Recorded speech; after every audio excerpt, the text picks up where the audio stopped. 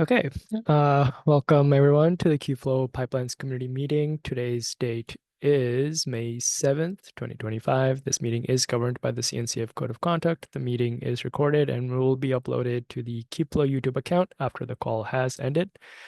So as always, we start with introductions for anybody that is new that's attending the call for the first time. So the floor is open. If you're new, you are welcome to introduce yourself.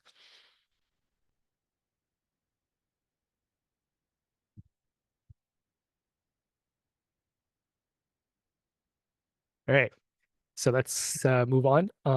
So I'm going to start this call with the first agenda item, which is for a new maintainer nomination.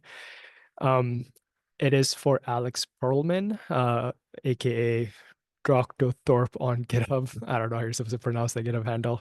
He's from Capital One, and he is unfortunately unable to attend this call because he is on paternity leave. But I would still like to, so they're aware of this, and we've talked with them about it. And it's an individual that's been very involved with the Kubeflow community for the past like 5 years, I think, possibly more than that. I'm not sure, but they've been very active, and their team has been very active in Capital One within the Kubeflow pipelines component under Kubeflow, and they've been in charge of various high stakes efforts, and so I'm very happy to nominate them. And yeah, any comments about that?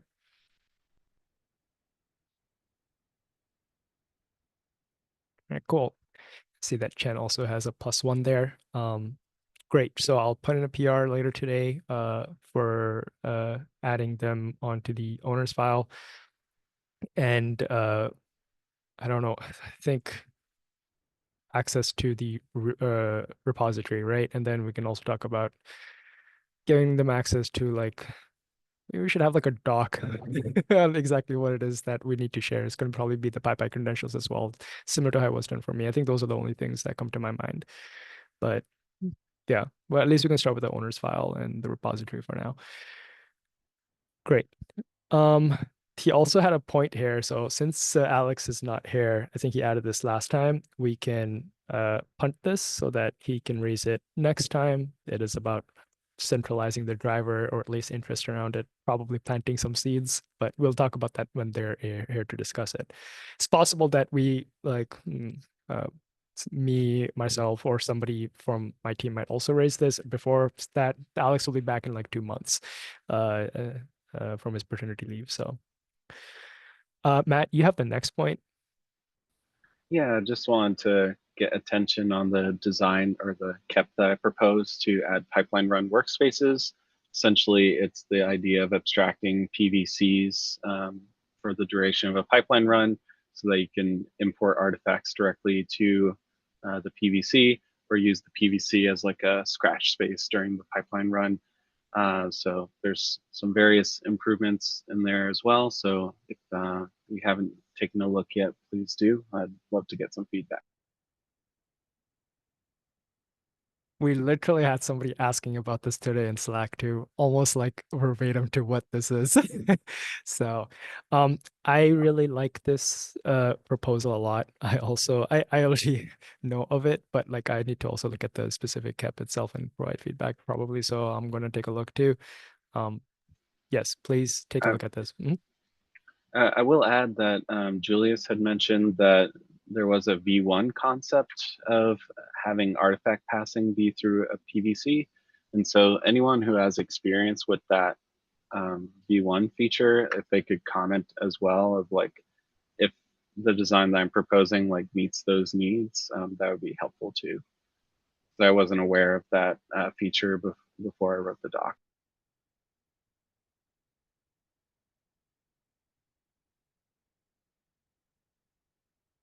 Yeah, cool. Just a quick question: is this just a wrapper on top of PVC, or just going? Yeah, the idea being that it doesn't have to be PVC, but the backend implementation for us would be PVC. So Okay. yeah, PVC that lives for the duration of the pipeline run. and I see. then there's some intelligence to know when to mount the PVC to the component. I see. Uh, what are the alternatives to PVC? Right now, there are none, but I didn't want to make the API so that it was PVC Okay. only. Okay. Um, Sounds good. yeah, but I'd be interested in other ideas too, though. I also note that there's at least two very popular underlying orchestration engines that have very similar concepts. So I think in the proposal we're proposing to leverage for the Argo side, there's a built-in like shared PVC mechanism that we could easily benefit from. Tecton also has like workspaces. Um, would be abstract. We'll be just like surfacing that as an abstraction, right? That's right. Yeah, the life cycle of the PVC. We're using volume claim templates in Argo workflows for that, or that's the proposal. So that way we don't have to manage the life cycle of it. Argo can do that, but in terms of like all the logic to know when to mount the volume, the PVC, I mean, to the component and those sorts of things, and the syntactic sugar around that, that's all custom to KFP. I really like this because I feel like people use PVCs a lot, and we want people that are using KFP to not have to think about PVCs or as much as we can help it. And this is a great abstraction to do that. I think it's a very common use case to want to like share data between your components. And this is done like in a way that doesn't like mention Kubernetes. So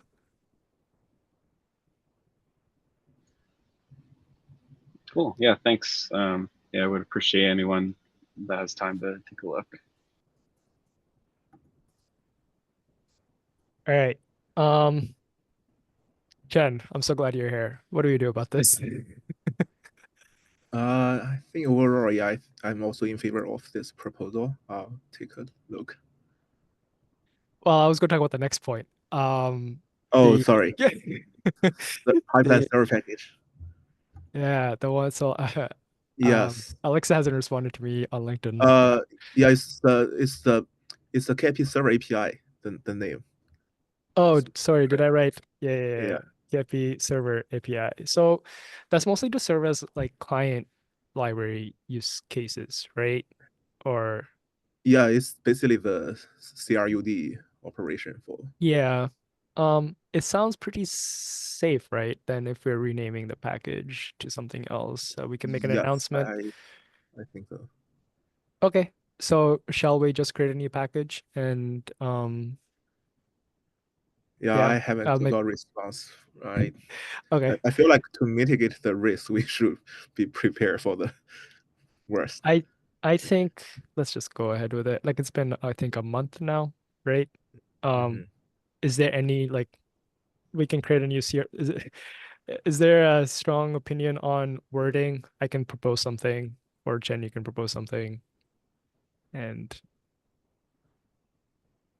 Yeah, currently it's called KP-server-API. I was thinking maybe like API is enough. There's no like server API or client API. uh KP, like for example, KP-API. Just a random thought. I don't have a strong preference. KP dash sorry, KP dash API, you said? Yeah, yeah. Just remove the server from the current naming. I'm fine with that. Um, Yeah, for any some reason, the screen share isn't updating for me. Is it updating for everyone else?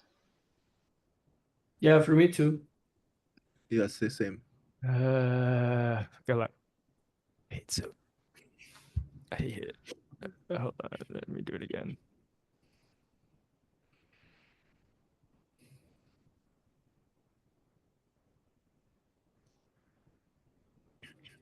Okay, do you guys see it updating? Yes. Okay, cool. So KFP API, that is the proposal. I can create the bye package and hand access to you, Chen. Maybe also, so I saw that there's well, so are we agreed on this before we move on? Going once, going twice, going thrice. All right, cool. So settled. There is I'm trying to open it here. One second. There's a Kubernetes, Kubeflow team on PyPy. Do we, so I'm guessing you can't extend like access to that team, right? Um, Kubeflow pipelines, PyPy team. This is what I'm looking at over here. So, oh, it says Google Pipelines team. Okay, so maybe that doesn't make much sense. Uh, maybe we can create a new team. I don't know, so that like can have myself, yourself, and then Alex added to that team, and then we can manage that. That's not kind of like specific to just Google. What do you think? Yeah, alternatively, like individual account also works, right? Like we have Yeah, now with Yumi, we can add Alexei. yeah. I mean, like it's just a little bit easier to maintain because then once you just add them to the team. But okay, I don't have strong opinions there. We can keep going. Okay. Matt, you have the next topic as well. Yeah, I'd be curious to know, like, if anyone remembers the context of why display name and name for pipeline and pipeline version were merged in V2, because we're running into an issue with the Kubernetes API approach where the naming required for a Kubernetes resource is way stricter, and so it'd be nice to have like the name that's like the Kubernetes resource or object name, and then a display name to show in the UI. Does anyone remember the context there?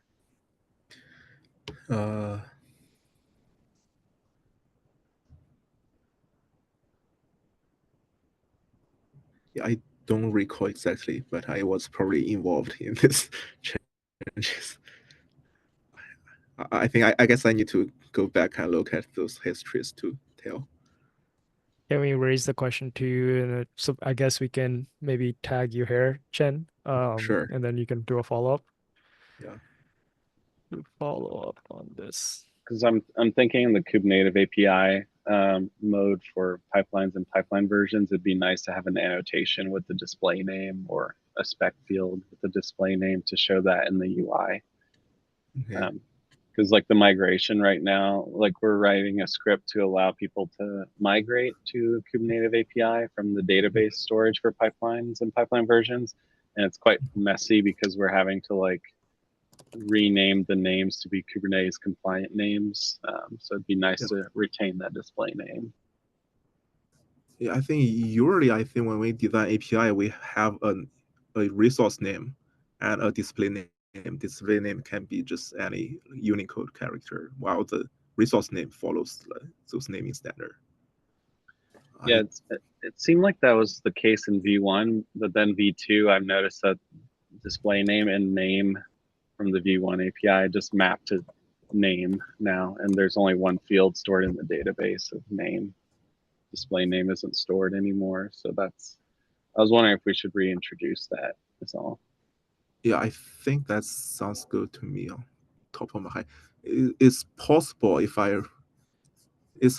we remove one of them because those were not really used in code.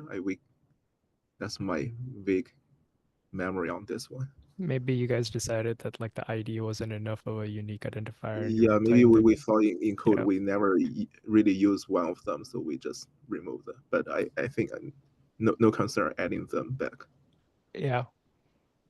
Okay, I can raise a KEP then to propose it, just because right now the name's kind of used as a display name, so I have to think about like how that would work if we reintroduce that field.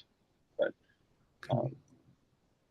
I guess off the I top of my think head, we you could can probably introduce just as an optional field, right? If user provided value, then we use it as is. Otherwise, we fall back to the current name. okay, Yeah. yeah, It's pretty lightweight enough. You don't really need some heavy process on this proposal.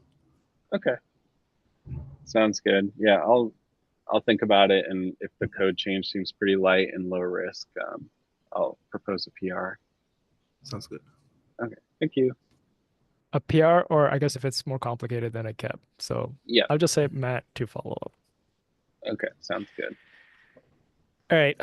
We also, as part of the Your CNCF, screen share froze again, by the way. I guess killing me, or Zoom is killing me. You guys aren't doing anything wrong. You guys are perfect. All right. Okay, hold on. I wonder if I just share my screen. That would be better. Okay, you guys can see my screen? Hopefully. Can you see it? Can you see updates? Yes. Okay. There's an adopters file that we were at as part of the CNCF graduation. If you are from an organization that is using Kubeflow pipelines, let us know. If you would like to be added onto this adopters list, all components are doing this in Kubeflow. So just a announcement there. Any comments, questions, concerns?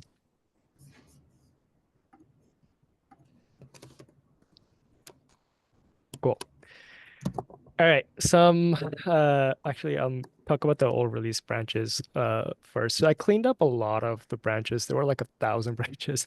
It seems like at some point I think we were just like using branches as kind of like a way to develop and then merge those into the default branch, which is a fine workflow. I think we're not doing that anymore. So I'm cleaning up the branches since we had like so many. Uh, I do see a lot of old release branches. Is there a strong opinion on keeping those around? So I'm talking about like, I don't know. I can't see all of them in this view, but I can show. So like the Google Cloud Pipelines components, some of them are like 4 or 3 years old. Jen, uh, I'm guessing the tags of those are Yeah, I still think around. for the Google Cloud Pipeline component, yeah, I think for the Google Cloud Pipeline component and the SDK release branches, we might rely on that for the Razordock versioning. Like the Razordock version will be based on the branch. So I see. It's not using a tag. So like if we delete it, it I won't be the docs will be inaccessible for those, is what you're saying. Possibly we can remove some very old one and see if it breaks the dock. If not, then we feel free to go ahead. Okay. Yeah, So especially those 1.0, I think we can can delete. yeah, okay. Well, okay, so are you saying that even if it breaks for 1.0, we want to It get rid of might be these? fine. Okay. I don't think we have any customers still rely on the 1 point. I mean, it's not like, yeah, just let us know. Obviously we don't want to make things unnecessarily difficult. This is a very quality of life change. I think like it makes the project look a little bit more organized if we don't have so many stale branches. If they're being in use, that's fine. We can keep them around. I'll take a look. Where to take a look if deleting these branches can affect read the docs. Cool. And then I'll follow up. If it doesn't, then maybe we can go ahead and just delete everything that's over a certain time period. What's a good time period? Over 2 years old? Sounds good. Okay. If no issue, delete all branches over 2 years old. All right. Um, okay, a bit more technical. I think we've announced like V1 deprecation. I would like to start seeing some more organization in the code base.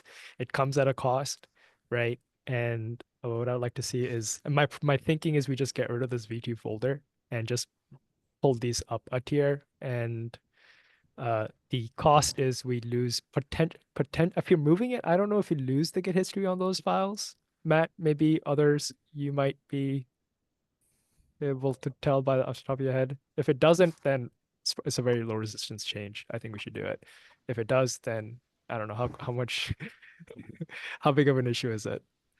Yeah, on the Git history front, I mean, it'll show Git blame. It'll show that the last commit that modified it is the commit that moved it, but you should be Yeah, able to go back in history yeah. anyways to see prior to the move. So I Just think makes it a it's little fine. difficult. But any so do we are we okay with that? I think it's time. I don't know. Feels kind of unnecessary why it's a separate V2 folder right now.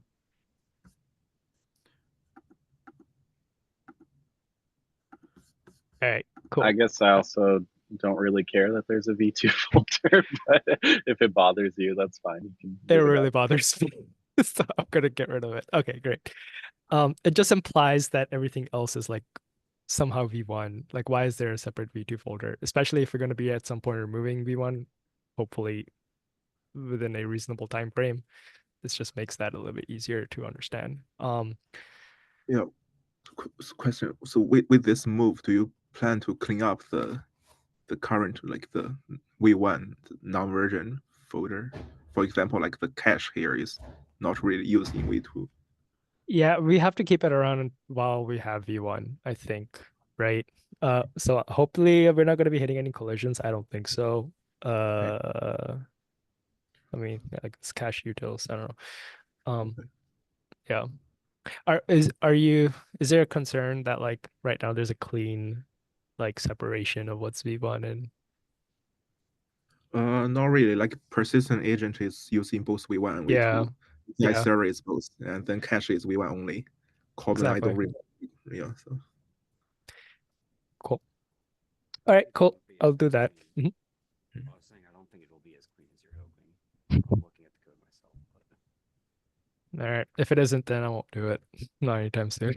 We can make it into a proper issue and then do it.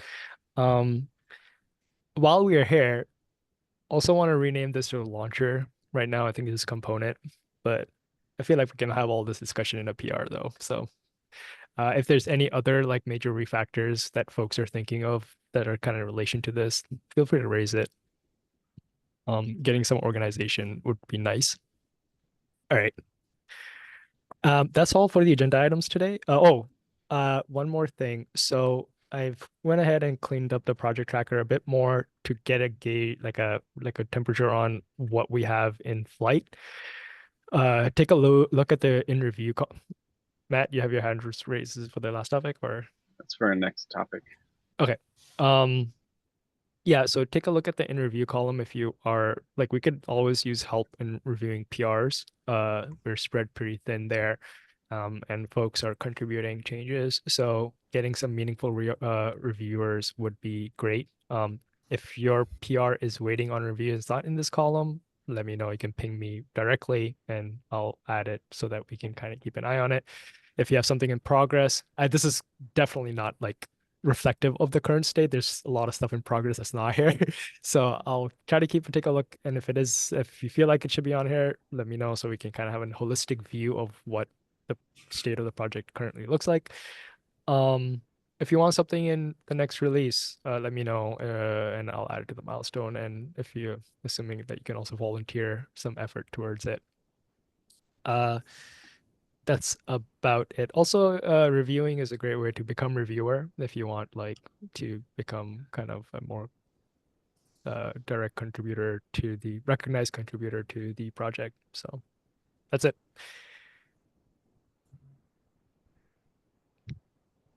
Oh, this one. Yeah. I thought that's what you were getting at with your first point, Mayor, but No. that's a different package. No, let's talk about that. Yeah. So I would love to talk about this. Can we merge it? I was just wondering. I don't have a strong preference, but it seemed like quite the struggle with some of the parameterization updates that Kumair was doing to have them separate. It was annoying because so like and I can tell why I think it was Connor who decided like I'm just gonna copy paste some of the specs that we are mentioning in the pipeline spec, and he just did it in the Kubernetes proto, right? And I believe it was Connor. I don't know who it was, but I understand why, because we recently did it in an inheriting way so that we're not replicating the spec, and we had to do some hacky like workarounds to get that working. Yeah. I'm just wondering, like, is there a lot of friction in wanting to merge it, or I guess where do what we was the stand? benefit of it being separate? Was it a philosophical thing, or was there a technical reason too? So the reason was we want the KIP main package to be platform agnostic, meaning support both KIP backend, KIP Argo backend, KIP Tecton backend, and also the Vertex pipeline, the managed service. So we can like remove all the platform specific feature like the PVC volume, for example, that's not available on Vertex. We don't expose the Kubernetes concept. And with that, we we also like acknowledge the need for the Kubernetes specific features, so we add this KP Kubernetes as an extension package to support both worlds. So I think by merging these two, I personally feel technically that's probably right. I think it might break Vertex some way, but I think we'll see how. I Why think would it I need break to it handle though? that. So like, okay, so Uh-huh, when it's installed, it still goes uh-huh. under the KFP namespace, right? And so Right. So there's possibility you might run into the code path. I'm guessing it might generate some proto that Vertex doesn't recognize. If Maybe we if can they just start ignore. using the KFP Yeah, Kubernetes sub package, yeah. oh yeah. I mean, is this something that we can like propose and we can have a PR and then just if we can get agreement on it, like obviously Chen, like you would sign off on it, and or if you say that like this isn't going to work, that's a valid, it's like a valid reason, like then that's the community saying like no, we can't. Um, And yeah, I'm curious if we could use like Python extras as a way. So like you yeah. install KFP, it doesn't come with it, but you can install KFP with KFP Kubernetes. I don't know if that how Isn't easy that that like is the to same do. thing that I think the way it that's is? the current state. Yeah, Yeah. that's what it is today, right? We just be making it like a little bit more clear that that's how it is, I think, right? Because when you specify extras, it will download the dependencies, and it's weird because it's like part of the namespace, but it's like an extension. I don't know. Whereas with extras, I think they're like different dependencies, aren't they? Maybe somebody who's more familiar with like Python packaging can elaborate here. Yeah, I personally think that it's probably the right move to merge. Okay. Also, yeah, maybe let's roll with that. I'll see what's the challenge we have from our test side. Okay. I'll follow. Okay. That's good. That's good news. So I like we think will. similar Mhm. to the workspace proposal that Matt has. I think if the only implementation is the PVC, that would also be like a breaking feature for Vertex. But if we can have alternative like GCS like fallback, those kind of things, it might continue to be platform agnostic. But I like the interface. It doesn't really expose PVC directly. I don't know anything about like GCP, but I feel like there must be some sort of storage abstraction that you could layer that you would just share. It wouldn't might not be as easy, but it could be remote. Like I don't know. But yeah, I mean, okay. So okay, so just to kind of go back on the packaging side. So Chen +1, I'm +1. Uh um but let's say that like okay, all maintainer sign-offs uh for merge. Would that Does that sound good? Okay, cool. Yeah, and also Chen, like definitely give your thoughts and the Vertex perspective on that Sure. cap. That would be really good to have. Mhm. Next point. Are we on time? We have time. Yeah, and we had meant I think you had announced deprecation of V1 officially, Humair, but I didn't know if we'd come up with a roadmap for when we would actually remove it. Yeah, so just for the announcement, for those that are not aware, it is under the discussions. I believe I left a Slack message. Hopefully I did, but it is like pinned. I think it's pinned. I don't know. I don't know how this works. I don't know if there is a pin feature. Pin discussion. Okay, I think now it's pinned. Maybe it was already pinned. I'll shut up. It's good. Yeah, so here's the deprecation notice. We have some community users that have users using V1 in mass. My I would like to make their lives easy. So like, Capital One is one example of this. I'm also, I think Volvo is another example. It would be good that, if because we've had a lot of regressions from the switch from V1 to V2. If we can get some like community inputs on like yeah, it's looking like it's in a ready state. Like we would be comfortable migrating, or we're not far away from it, then I would be more comfortable setting a removal date. What are your thoughts on that? Because I definitely, I don't know, it would concern me if you just blanked out, removed it, uh, without that sort of community input.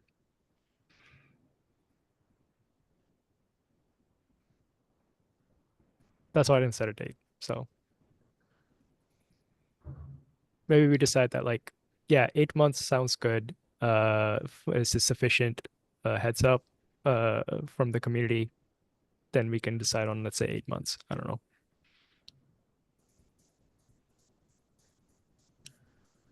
I guess my concern is if we don't set a date, then it'll just stay there forever in deprecated state. There's no sense of urgency. I share that concern. What is the suggestion? Then set a I date.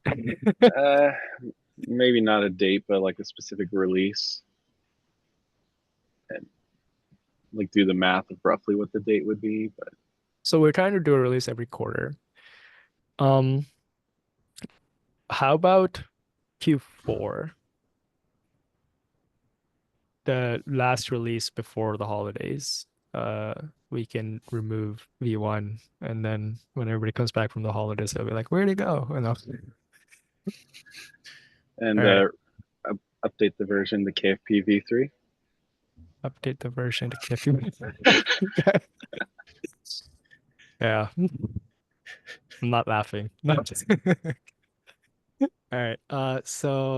Uh, okay. Do we have plus ones? Can I get some like official thumbs ups and stuff on the Q4 KFP release? We'll remove V1.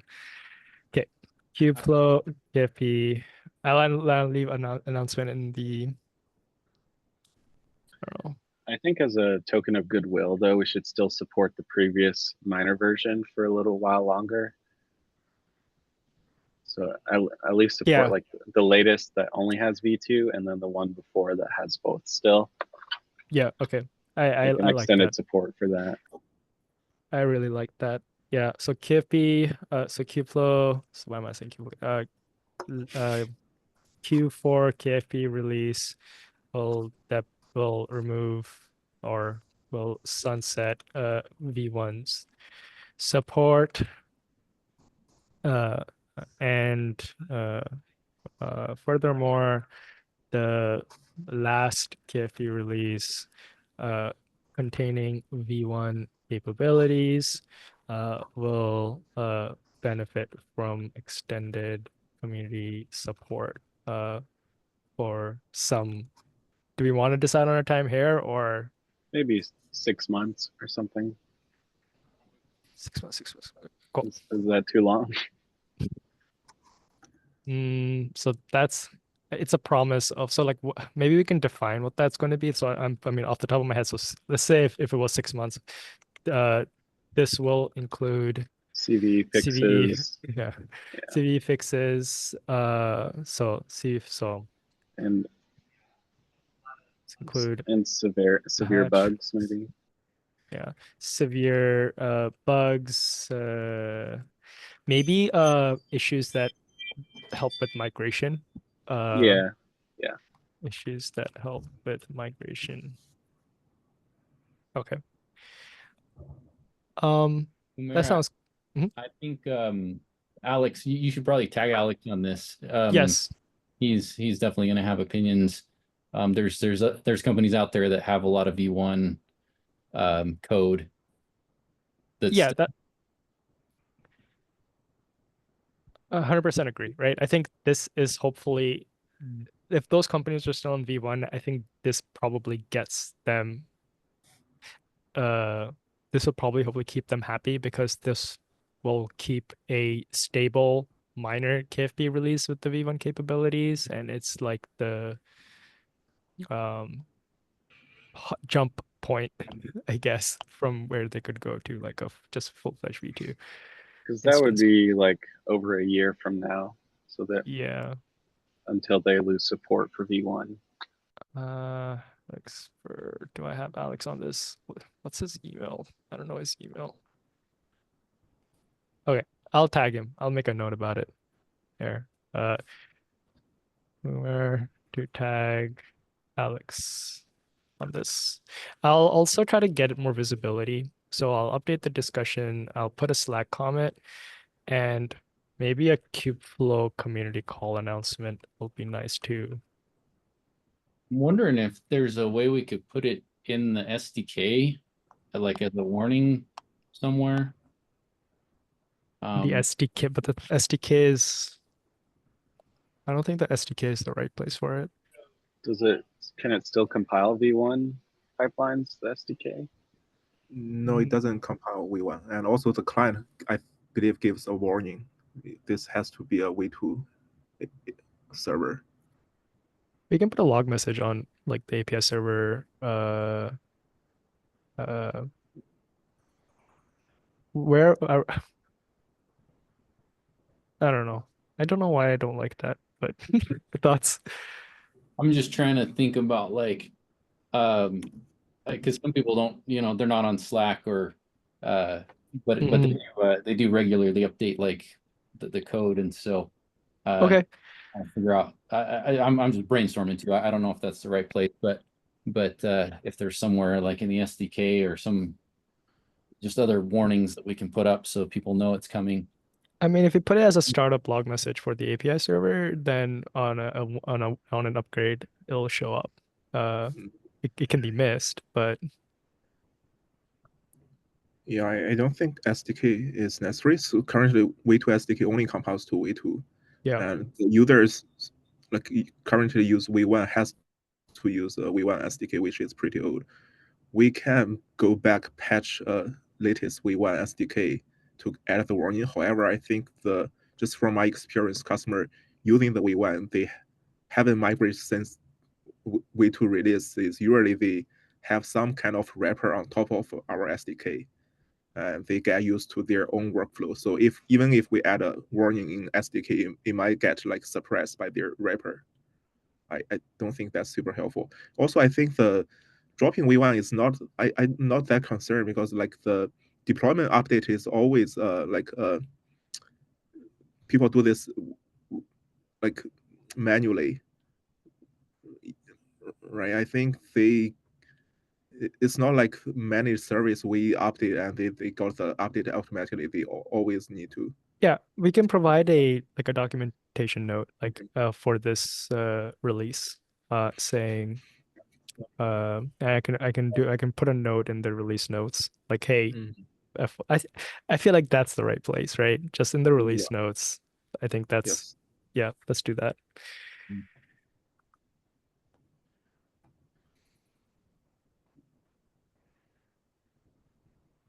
Okay, cool. All right. I always think that we don't have that many agenda items and then the list just blows up and we still get to the max.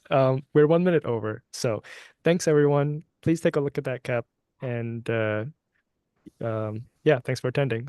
This call was recorded and I'll upload the recording to the Kubeflow pipelines playlist. Take care. See you next time. Thanks. Bye.